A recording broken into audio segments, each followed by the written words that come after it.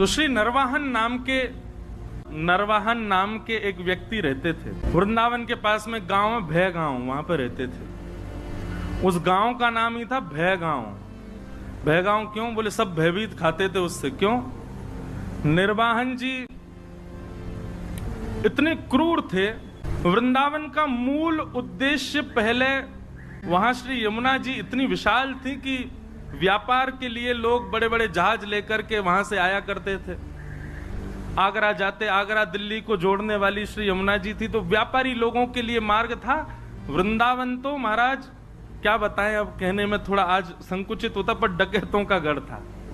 वहां पे सब लूट मार करने वाले बैठे रहते, और जब कभी भी जहाज यमुना जी में होके निकलते तो विशेष रूप से नरवाहन, इसकी पूरी गैंग थी, बड़े महाराज खूब सारे लोग थे, आते जाते जहाजों को अर्धरात्रि में कैसे भी करके और पकड़ लेता और उनसे कर वसूलता। कर तो लेता ही, ऊपर से कुछ ना कुछ लूट मार भी कर लेता। इसलिए सब लोग डरते थे यमुना जी के मार्ग से, दिन दिन में ही निकल जाओ, कहीं रात हो गई तो नरवाहन पकड़ लेगा। ऐसा नरवाहन। तो जब श्री महाप्रभु जी राधा वल्लभ लाल जी को लेकर के वृंदावन में आए, तो वर्णन आता है कि आत्मदेव ब्राह्मण जिसकी 2 कन्या थी, उसने खूब धन संपत्ति देकर के भेजा। साज सज्जे, ऐसे सुंदर सुंदर श्रृंगार, ऐसे सुंदर सुंदर सोने चांदी मणि आदि के मुकुट। और फिर ऐसा भी भाव है, जो महाप्रभु जी की प्रथम पत्नी थी रुक्मणी बाई, जिनसे पहले ब्याह हुआ था, रुक्मणी बाई जी और महाप्रभु जी के बड़े प्रथम पुत्र श्री वनचंद्र जी, आप दोनों भी नवरंगी लाल जी की सेवा छोटे बालक को देकर के, गोपीनाथ जी को देकर के, आप भी देवबंद से वृंदावन आ गए थे। महाप्रभु जी ने ही कहा होगा कि भाई अब यहां सेवा का विस्तार है, आप लोग भी आ जाओ। तो वे भी जब आई तो खूब सारा धन संपन्न लेकर के आई अपने साथ में, धन संपदा। तो वृंदावन के आसपास के गांव में जो ब्रजवासी रहते थे, सब आते थे, अरे भैया नयो नयो लाला आयो, नयो नयो ठाकुर जी आयो हमारे वृंदावन में, सब दर्शन करने आते। तो सब लोग आते दर्शन करने। कुछ ब्रजवासियों के चित्त में चिंता प्रकट हुई और उन्होंने महाप्रभु जी से कहा, भगवान बड़ा सौभाग्य है कि आप वृंदावन में ठाकुर जी को लेके पधारे हो, पर भगवान यहाँ एक नरवाहन नाम का डाकू रहता है। आपके ठाकुर जी इतने साज सज्जे में विराजते हैं, इतनी संपत्ति और इतने सोने चांदी सब आप लेकर के आए हो, हमें तो भय लगता है कि कोई घर तो है नहीं, कुटिया तो है नहीं, मंदिर तो है नहीं, आप ऐसे ही कुंज निकुंजों में ही रहते हो, और इतनी सारी संपत्ति आपके साथ में आई है, इतने सोने चांदी हीरे जवाहरात सब आए हैं, कहीं अगर उसने आकर के डकैती डाल दी तो बड़ी दिक्कत हो जाएगी। महाप्रभु जी बोले, तो क्या करें, क्या चाहते हैं आप लोग? और हमारा भाव यह है कि एक बार आप उससे मिल लीजिए, नरवाहन से मिल लीजिए, और वहां जाकर के थोड़ा बहुत कुछ दे दीजिएगा उसको, उससे थोड़ी मैत्री जैसी, थोड़ा प्रेम भाव हो जाएगा, तो वो कम से कम ठाकुर जी की सामग्रियों को स्पर्श ना करे। महाप्रभु जी तो अष्टयाम में इतने व्यस्त रहते थे, हम लोग विचार करते हैं 2 समय के भोजन ठाकुर जी को पधराना, उसके लिए भी कितनी योजना बनाते हैं। पर श्री हितरिवंश महाप्रभु जी ने राधा वल्लभ जी को वृंदावन में विराजमान करके अगले दिन से ही अष्टयाम प्रारंभ कर दी। 8 याम सेवा चलती राधा वल्लभ जी की।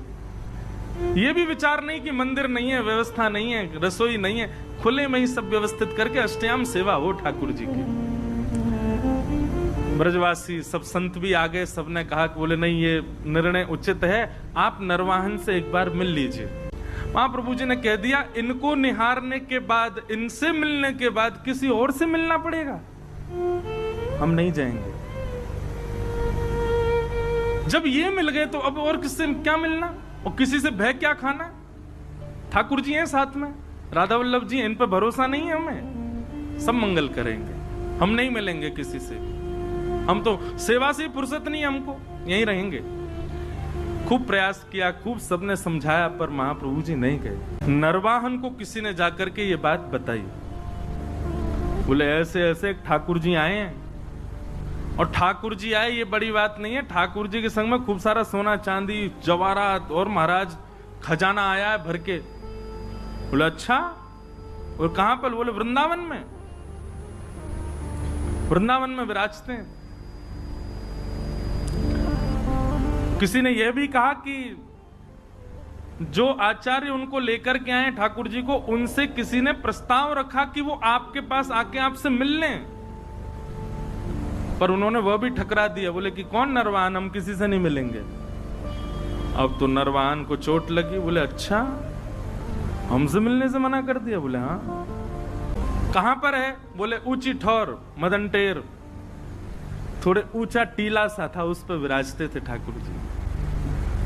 कल चलेंगे, हम भी तो देख के आए कैसे ठाकुर जी, कैसे आचार्य। और नरवाहन अपने कुछ सेवकों के साथ में तलवार लेकर के और ऊंची ठौर की ओर बढ़ा।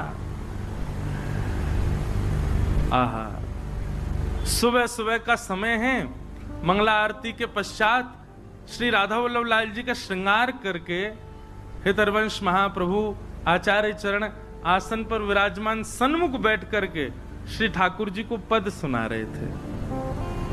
बनी श्री राधा मोहन की जोड़ी, बनी श्री राधा मोहन की जोड़ी। नरवाहन धीरे धीरे समीप जा रहा है, अपनी तलवार से कुंजों को इधर उधर करके फिर आगे प्रवेश करता है। स्वर कानों से भीतर प्रवेश कर रहा है और स्वर में कहे गए शब्दों का चिंतन बनता जा रहा है। हितरवंश महाप्रभु गा रहे हैं और श्री राधा वल्लभ लाल जी सामने विराजमान हैं। अद्भुत छटा है ठाकुर जी की। इतने में ही तलवार से उसने कुंज जो आपस में जुड़ी हुई हैं, इस प्रकार से जैसे अंदर झांक करके देखा, पत्तों की आवाज आई। देख ही रहा था, महाप्रभु जी गा रहे थे। नरवाहन ने जैसे ही तलवार से लता गुल्मों को दूर किया और भीतर झांकने लगा, तो पत्तों की आवाज से महाप्रभु जी ने गाते गाते बस इस प्रकार से पीछे देखा। जैसे कई बार आपने अनुभव किया, कोई पीछे आ जाए, आप पूरे नहीं मुड़ के केवल इतने ही मुड़ते हो, इतने ही मुड़े और आंखों को घुमाते हो देखने के लिए कौन है पीछे। महाप्रभु जी केवल इतने घूमे और आंखों से बस पीछे निहारा। नरवाहन दिखा नहीं उनको, लेकिन नरवाहन को इतना रूप दिखा केवल महाप्रभु जी का। हरिवंश महाप्रभु का इतना मुख देखते ही उसके तो हाथ कंपायमान होने लगे, उसके तो नेत्रों से अश्रुधार गिरने लगी। ना जाने क्यों अपने अवगुण सब अवगुण जैसे दिखने लगे। मनी मन भीतर ही भीतर उसके ना जाने कितनी ग्लानि उत्पन्न होने लगी। वो मानो ये विचार करने लगा, जिस वृंदावन में इतने दिन से मैं ऐसे अनीत कृत्य कर रहा हूं, उस वृंदावन का वास्तविक दर्शन तो आज मुझे हुआ है। जिस वृंदावन को पाकर के भी मैंने उस वृंदावन की योग्यता को नहीं समझा, वो वृंदावन तो ये है। नीचे आचार्य का आधा मुख और पीछे ठाकुर जी का संपूर्ण अंग, इन दोनों का एक साथ दर्शन नरवाहन को हुआ। और केवल दर्शन मात्र से हाथ कांपने लगे, पैर कांपने लगे, स्थिति ऐसी हो गई रुक ही नहीं पा रहा था। वहां दौड़ा नीचे, पीछे सब उसके जो सेवक गए थे साथ में, वो भी दौड़े। क्या हुआ क्या हुआ, अब तो स्थिति बस कुछ समझ ही नहीं आ रहा है क्या स्थिति है। नरवाहन ने भले ही वृंदावन से डकैती करी हो, पर करी तो वृंदावन में।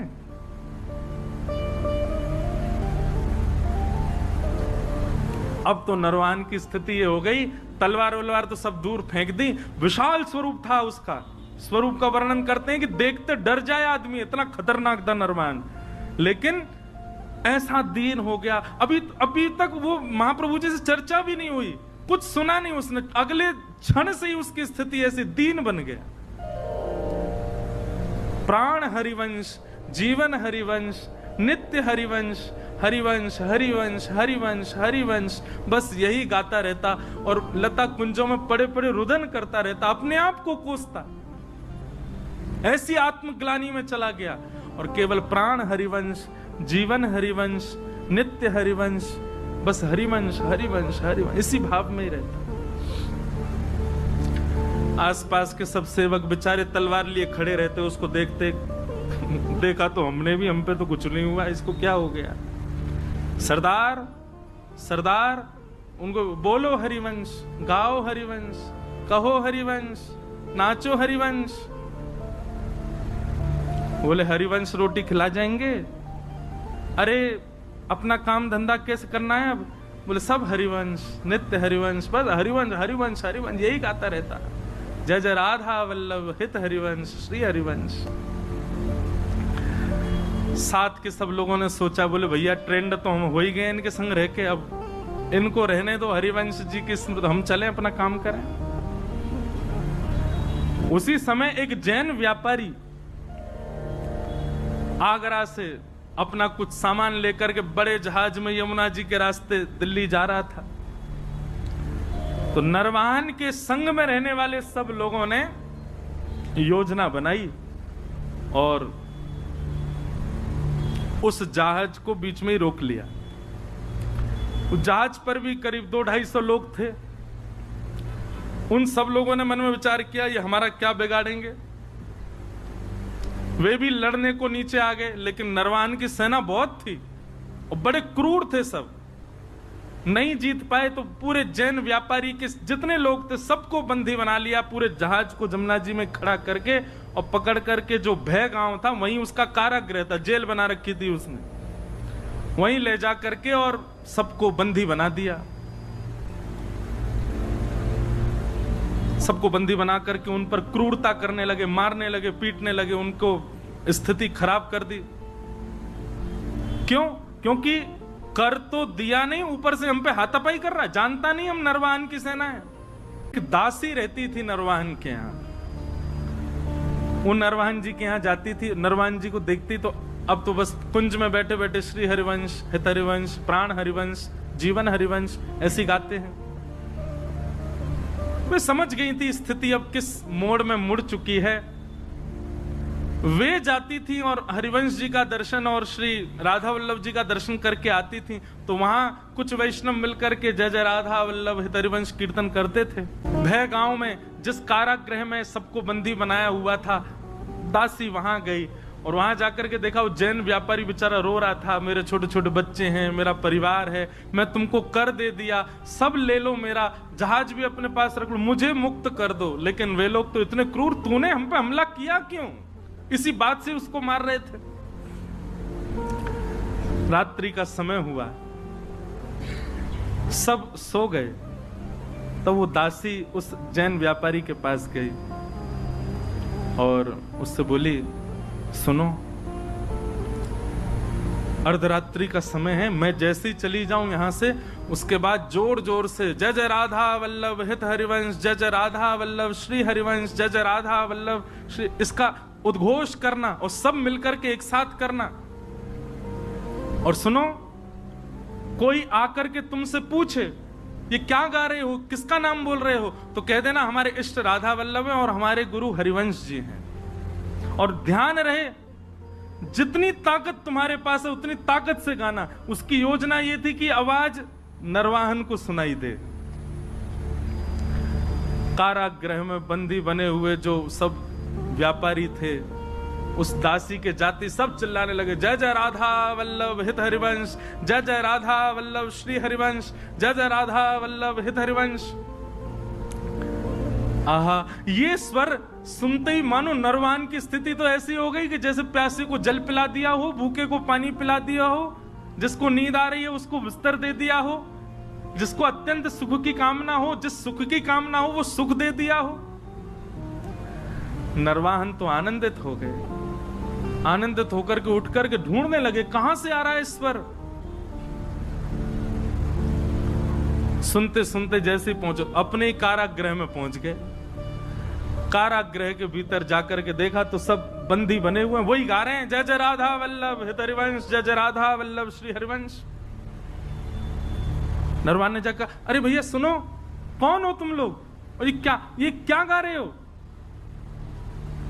बोले महाराज, ये राधा वल्लभ जी जो हैं ये हमारे इष्ट हैं और ये हरिवंश जी जो हैं ये हमारे गुरु हैं। जैसे ही सुना कि हरिवंश उनके गुरु हैं, नरवाहन की तो स्थिति हाथ पांव कांपने लगे। जिन गुरुदेव की मैं आज एक झलक देख करके मेरी स्थिति हो गई, ये उनके साक्षात शिष्य हैं, मेरे गुरु भाई हैं और ये मेरे यहां कारागृह में बंदी।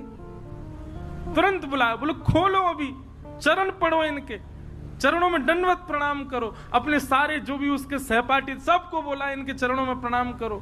सबने दंडवत प्रणाम किया।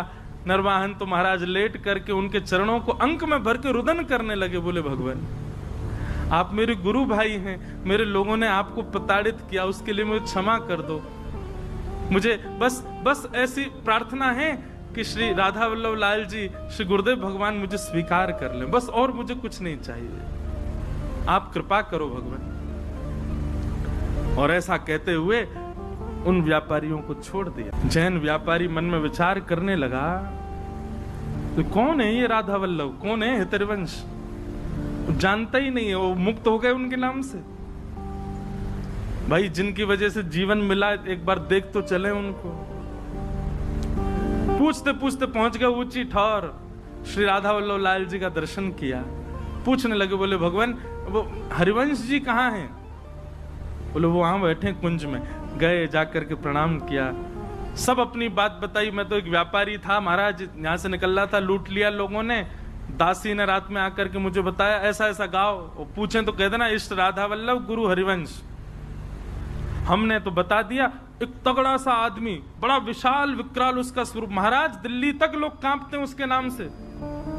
हरिवंश महाप्रभु बोले क्या नाम है उसका? बोले नरवाहन। बोले अच्छा नरवाहन, नाम तो जानते थे महाप्रभु जी भी। बोले बड़ा डकैत है।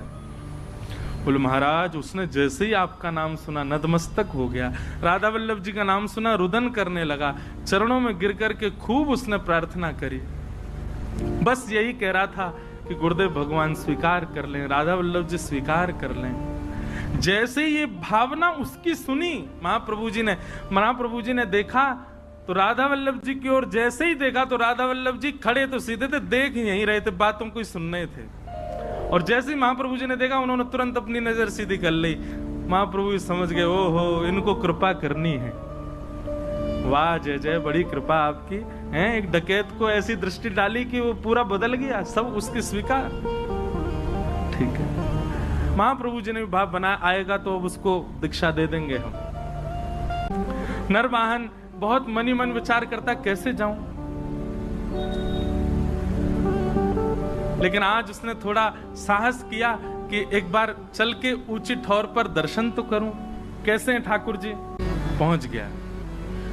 जैसे ही गया महाराज लता कुंजों के बीच में श्री राधा वल्लभ जी का दर्शन किया।